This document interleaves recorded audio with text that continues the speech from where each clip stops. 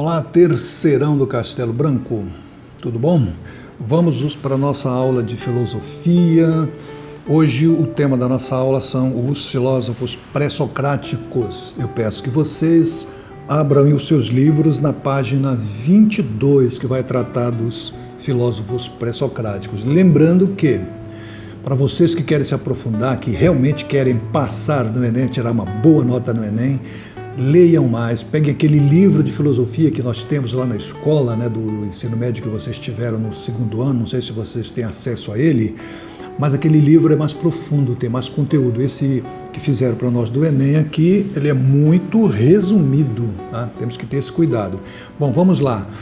Filósofos pré-socráticos. O que é que nós precisamos saber disso para o Enem? Bom, em primeiro lugar, os pré-socráticos são os primeiros filósofos que existiram, né? Eles aparecem assim, né, por volta do século VII ou VI a.C.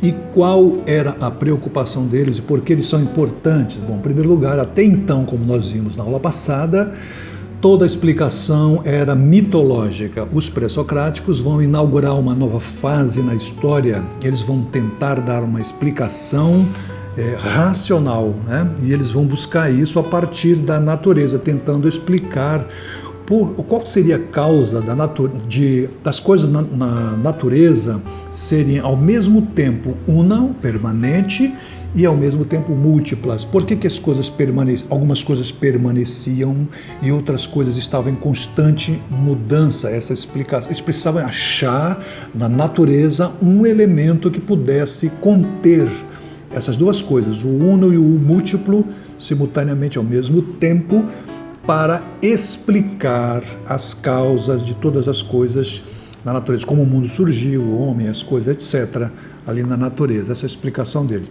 E eles usaram uma palavra grega chamada arché, que é o princípio originador de todas as coisas, o princípio é a causa primordial de tudo. Então, os primeiros filósofos, Tales, Anaxímenes, Anaximandro, Heráclito, Pitágoras, esses caras, cada um encontrou um elemento na natureza que, segundo eles, era o elemento gerador de todas as coisas. Então, como vocês percebem, o objetivo dos primeiros filósofos investigando a natureza é eles são uma espécie de precursores da ciência, né? Porque eles estão investigando a natureza. Na nossa prova, os pré-socráticos podem ser chamados de fisicóis. Fisicói porque eles estavam procurando na física, a natureza era a física naquele tempo. Então, por isso eles eram chamados de físicos. Na prova pode parecer também naturalistas, já que eles estavam procurando a causa de tudo na natureza. Então, esses são os outros nomes dados aos pré-socráticos. Muito bem. O nosso texto aqui fala disso, né, do arché, e fala de uma coisa interessante. Todos os pré-socráticos tinham uma coisa em comum, que era a busca deste elemento original de todas as coisas, do arché. Todos eles acreditavam que existia isso. Então, nós começamos destacando o Tales, que é o primeiro, que diz que era água, tá? Então aí tem alguma explicação sobre isso. Não é tão interessante esse aspecto para o Enem, mas uma outra coisa importante é o que eles falam, que o texto vai falar sobre dois outros filósofos pré-socráticos que vão ser base do pensamento de Platão, de Sócrates e de Aristóteles, que são eles Heráclito e Parmênides. Esses caras vão tentar explicar essa coisa do uno, do permanente, e a coisa da mudança constante que existe na natureza. O Heráclito vai começar dizendo que, na verdade, tudo muda, tudo está em constante mudança. É o devir, né? Tudo não é, vai ser, está mudando. Daí aquela frase famosa dele, que ninguém entra duas vezes no mesmo rio, porque na segunda vez que você entra, as águas já não são a mesma, você também não é o mesmo, né? Então ele disse que tudo estava mudando, nada era, tudo estava sendo. Outra coisa que ele afirmou também é que havia uma necessidade de elementos opostos para explicar essa constante mudança, né? Esses elementos opostos eram extremamente necessários, como a vida e a morte, o doce e o amargo, o frio e o quente. Então isso é fundamental, importante, e isso iria explicar a dinâmica das mudanças que ocorrem no mundo. Muito bem. Agora, O Parmênides, que é o outro filósofo, ele pensa exatamente o contrário do Heráclito. Ele diz que o ser não pode ser ao mesmo tempo e não ser. Ou ele é ou ele não é, mas não dá para ser e não ser. A física depois vai explicar isso, né? Então, ele vai contrapor essa ideia de Heráclito, que diz que tudo está mudando. Ele vai dizer que não, o ser não pode mudar, ele tem que ser permanente, né? Ele vai dizer que é dito, né, que ele começa a formular com essa ideia a versão inicial que nós conhecemos hoje como a lei da identidade, das coisas que não mudam, imutável, como a impressão digital, falei para vocês, como o DNA, né? Então ele vai ser o precursor dessa ideia, e o Parmênides, né? Muito bem. Outra coisa importante da gente saber, dito isto, é que quando esses primeiros filósofos disseram, por exemplo, o Anaxímenes disse que era o ar, o arquê, o Anaximandro disse que era o apeiron, Pitágoras disse que é o número, o Demócrito vai dizer que é o átomo, o Heráclito vai dizer que é o fogo. Temos uma exceção aqui, é o Empédocles.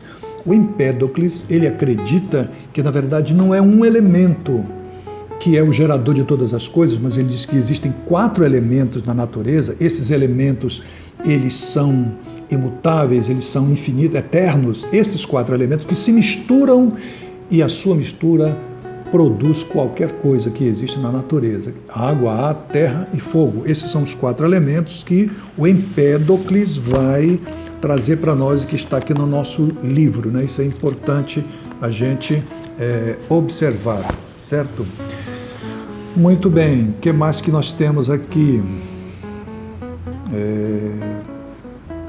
Então, aí tem o Demócrito, que é o outro, que é o precursor do materialismo, já que o Demócrito e o seu discípulo, né, mais na frente vão dizer, mas vamos ficar aqui com o Demócrito, que tem aparecido o Leucipo, né, que é o discípulo dele. Eles dizem o seguinte aqui, né, que o elemento originador de tudo é o átomo. Só que o átomo, para eles, é a menor partícula existente no universo naquele tempo. Então, o átomo são essas partículas minúsculas que não são vistas a olho nu, mas que elas se juntando, aí o movimento, né, elas se juntando, o átomo é o uno, aquilo que não muda, né, o permanente, e aquilo que muda são quando eles se juntam, isso se transforma em qualquer elemento, qualquer coisa, né? Então isso é que gera tudo. E quando eles vão se juntando, obviamente eles vão crescendo, e aí você pode ver, né, como você vê o homem, vê a natureza, coisas da natureza, pedra e etc. Tudo isso é, segundo o Leucipo e o Demócrito, é a explicação de que é o átomo que gerou todas as coisas. Muito bem, então esse é o resumo do nosso texto aqui da aula número 2 do nosso livro. E eu vou resolver aqui com vocês uma questão, é a primeira questão. Aliás, essa primeira questão a gente já resolveu até em sala de aula, não sei se vocês lembram, por isso eu vou pular. Aliás, eu vou ler essa daqui, porque ela não tem o código aí para vocês, né, verem o gabarito. Essa questão traz como o Enem geralmente gosta de fazer. Ele traz 2 textos paralelos de tempos diferentes e aí ele faz a comparação. Texto 1.